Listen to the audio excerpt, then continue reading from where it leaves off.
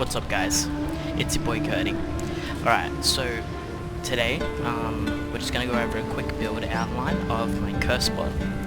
Now, firstly, there's multiple things this one bot does. It's not like PoE 1 where the Cursebot just does one thing. This Cursebot is more of a utility Cursebot with an aura. So it's a little bit more than what it usually used to be.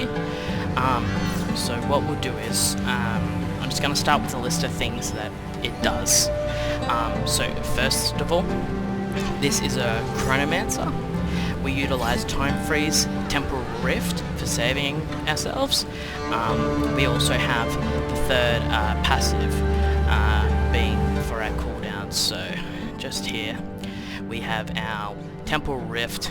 We then go for Time Freeze, and then we go for basically we get a chance to reuse our skill 33% of the time, which is good. Time Freeze, fantastic for bosses. We utilize it when we're up to a boss or we're up to a rare. We freeze time, allowing no damage to happen to us, just for us to give it our all while standing still, which is quite helpful. Okay, so in addition to being a Chronomancer with all their extra benefits, we have 3 curses. Okay, so our 3 curses are here. We've got Blasphemy, allowing the curses to become an aura. We're using one curse that does the certain type of damage our DPS is doing. So if we're doing fire damage, we're going to use flammability. Lightning, we're going to use conductivity. So my duo is using spark, so I use lightning. And then the other 2 are enfeeble, so enemies deal less damage to us based on whether they're normal, magic, or rare. It's more of a defense rather than an offense. Then we got 10 chains. It's literally very easy, not complicated at all. It just slows everything down a little bit, make it a bit more manageable. I just got our next slot, so I was able to add on heightened curses, which gives us 25% increased effect, which just makes these 3 curses just that much better. Unfortunately, when it does come to Blasphemy, something really important to look out for is this part 40. This starts at 47 before you level it, but 43% less effect of socketed curses. Okay, so that's near 50% less before you start putting in things like more effect, and then more effect onto the skill tree as well. Helps us a lot as well. Okay, alright, so this third thing we use is Discipline. We just want to keep on getting a new and better scepter the more and more we progress through the game. So we're at level 16 Discipline. It's a little bit, it really isn't much, okay, because all it's giving us, or sorry, not us, all of our allies, a little bit of flat energy shield. It's not really that much in the grand scheme of things. It certainly helps if you are Eldritch Battery, meaning you're using all your energy shield as your mana pool, which my DPS is, so that is quite helpful. Fourth, we've got where we, in addition to those things, we also fire. We've got our flame walls. Now, any projectiles that come through basically just do more damage. It's nice and simple. You put the flame wall up, my DPS will throw their sparks out, the sparks go through the flame wall, they then get added damage. Nice, simple, it's flat fire, I believe. Next one is Dark Effigy, so it's a totem. We put, and then we socket in Font of Blood and Mana. Okay, so we'll go down here and have a look at that. So you've got Font of Mana, Font of Blood, and then just faster placement of totems, just to make sure it's a little bit more as seamless when putting it down, and it's really comfy when you socket totem placement speed into it as well, and that's really good, and that basically helps you just sustain a little bit of mana and life during anything. So if I'm staying still, I'm putting that down. As a little bit of a defense layer, we have Grim Feast, and the Grim Feast is stupidly overpowered because you're not having to hold down a button 24/7. It gives you the ability to slightly walk around. So as you're running towards mobs, your DPS is killing them, your curses are applying. What Grim Remnants does is it drops little souls on the ground like things. You pick them up, it gives you a flat amount of energy shield. The benefit of this is it allows you to double. So I have 6,540.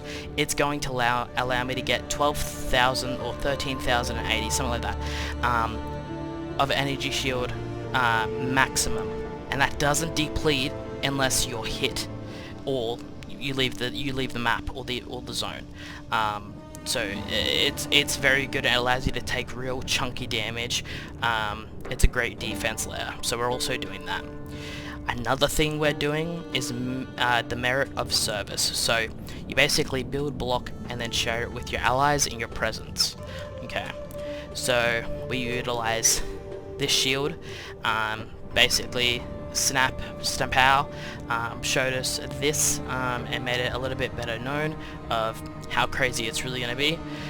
So we utilize this and then we grab a block on the tree wherever we can.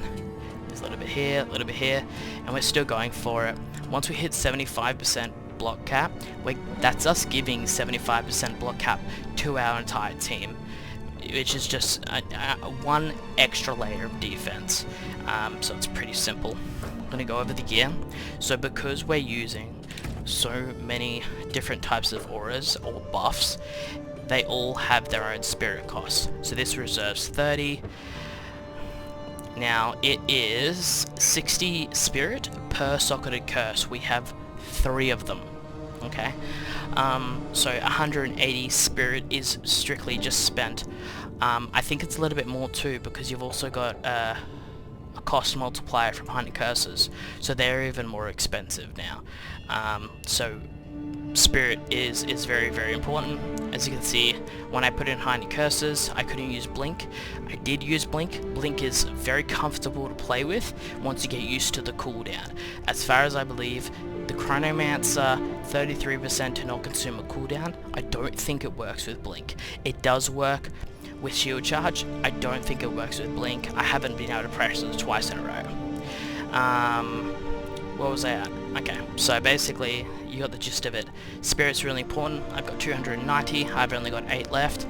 If I was to get more than that, I would go ahead and socket probably Clarity or Vitality into one of the other spots like Discipline or Grim Feast is where I would also do it. Vitality is really good because this is always really being used, so you're just getting a nice flat amount of energy shield or life, depending on how you decide to play this. I have something on here. I have a talisman amulet that allows me to life regeneration is applied to energy shield instead. So any life regen I get, it just turns into energy shield. It's as simple as that. So it's quite beneficial. Okay, so basically have this. It gives our allies a little bit of damage, res, and then, but the most important part here is the amount of spirit and then the discipline. These mods can go up and up and up, and we can get better scepters. This is just what I've got for now. Our helmet is basically just ES. We're just, as you can see here, so we're using the Ghost Ride, which 50% of maximum life is converted to energy shield. So basically, get life, it then turns into energy shield at 50%. Okay, so getting as much life gives us a lot of energy shield. So there's no life on the tree, so what do we do instead? We then invest into energy shield.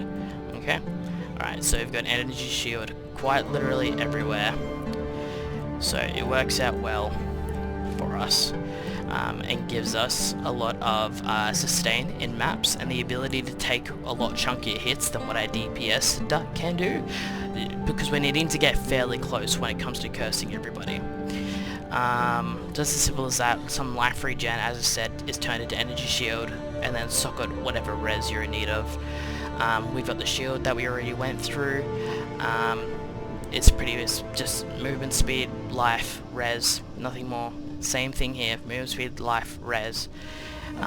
This is probably one of the more important parts. Chaos Res is quite hard to come by in some instances, so Ghost Res is a blessing. This seems like it's the easiest way to build a support in any angle, really, just giving us so much more EHP. It's not funny.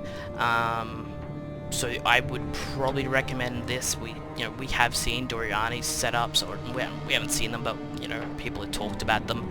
I think they're going to be a little bit harder to get off the ground because all of your instances of armor and evasion are just less common, and the numbers are smaller. So to get a heap of armor with the Doriani's may be a little bit harder than what it would be to get ES because there's so much of it on the tree.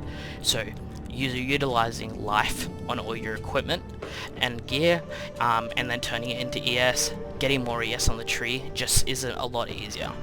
We're able to get a third curse, we're able to get as many curses as we have, which is 3 in total, because of 2 things.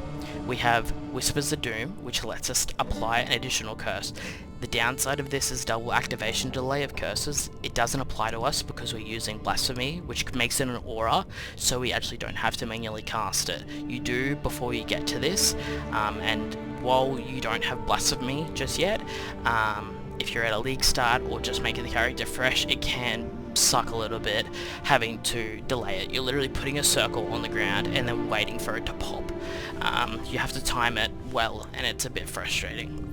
Doriani's Damning. This was a little bit of an expensive ring at the start. I got it for 14 exalts, but this is mandatory, at least one of them, with Whispers of Doom and Doriani's. Getting that extra curse is just too good. Alright. Belt, same thing. Res. That's it. And it gives us our charm slot. Simple as that. Just keep on upgrading your mana flask, life flask. It's really simple. Our amulet, as I said earlier, life regeneration is applied to energy shield instead.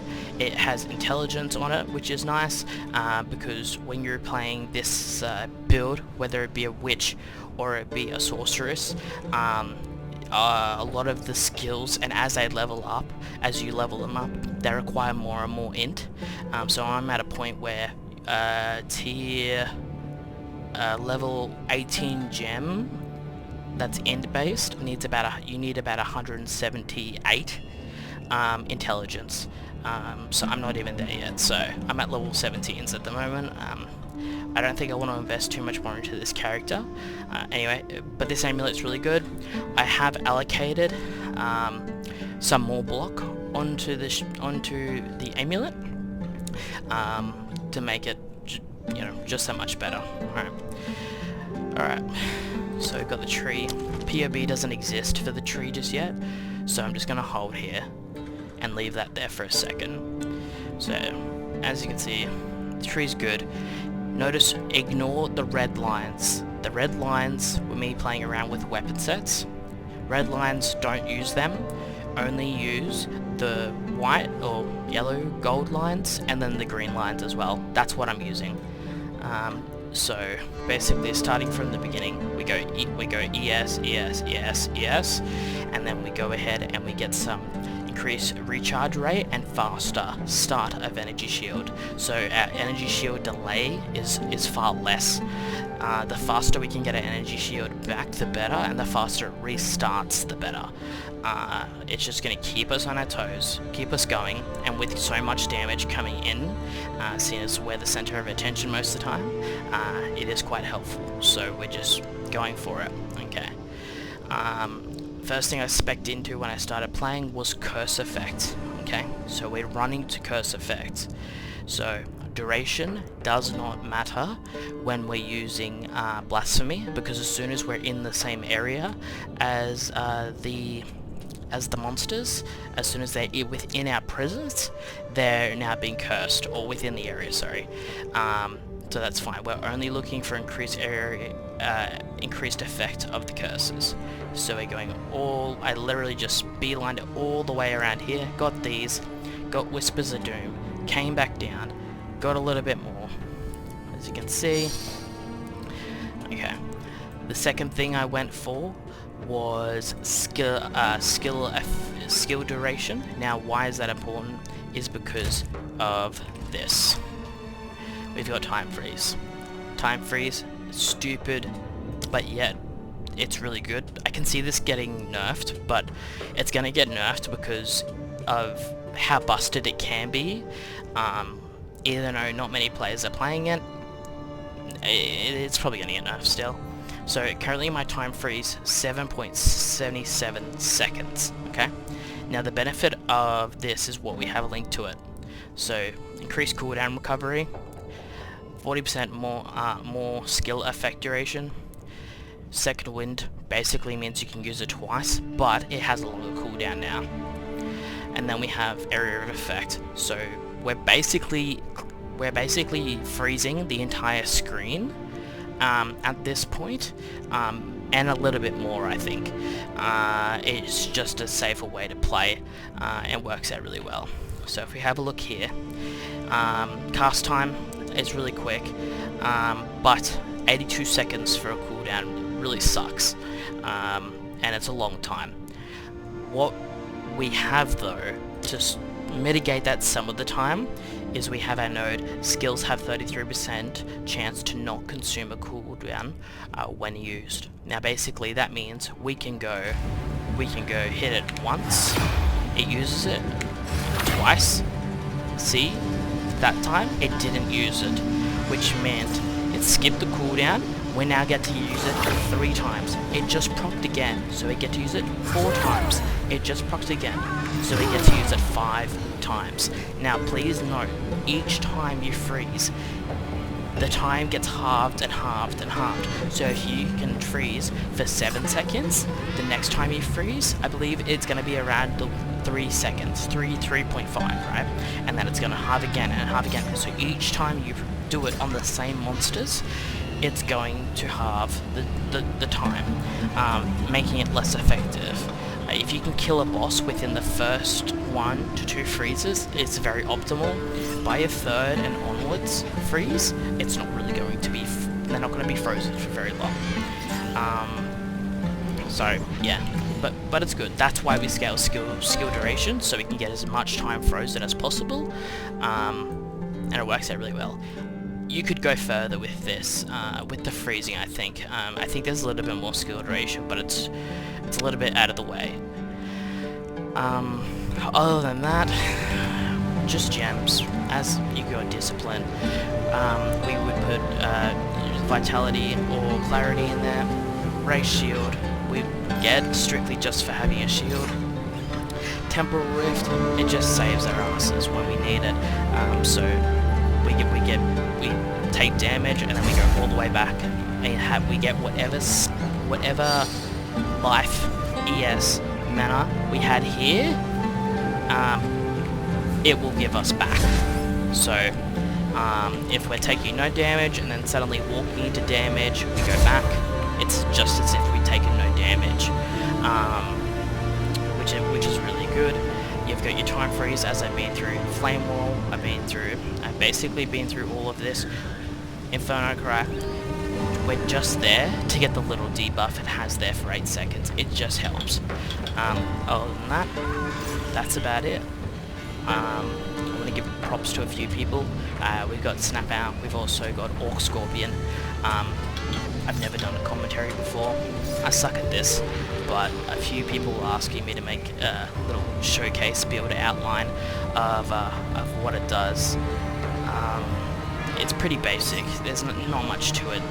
Orc Scorpion basically made the start of the tree, and then I just started going in different directions, and then, you know, he helped me optimize it a little bit more. How would I upgrade this any further? More, yes. It would be cool if we could go CI, but then you wouldn't use Ghost Wraith. There's also a thing talks about Doriani's being really good if your DPS is lightning based. That can also be really good.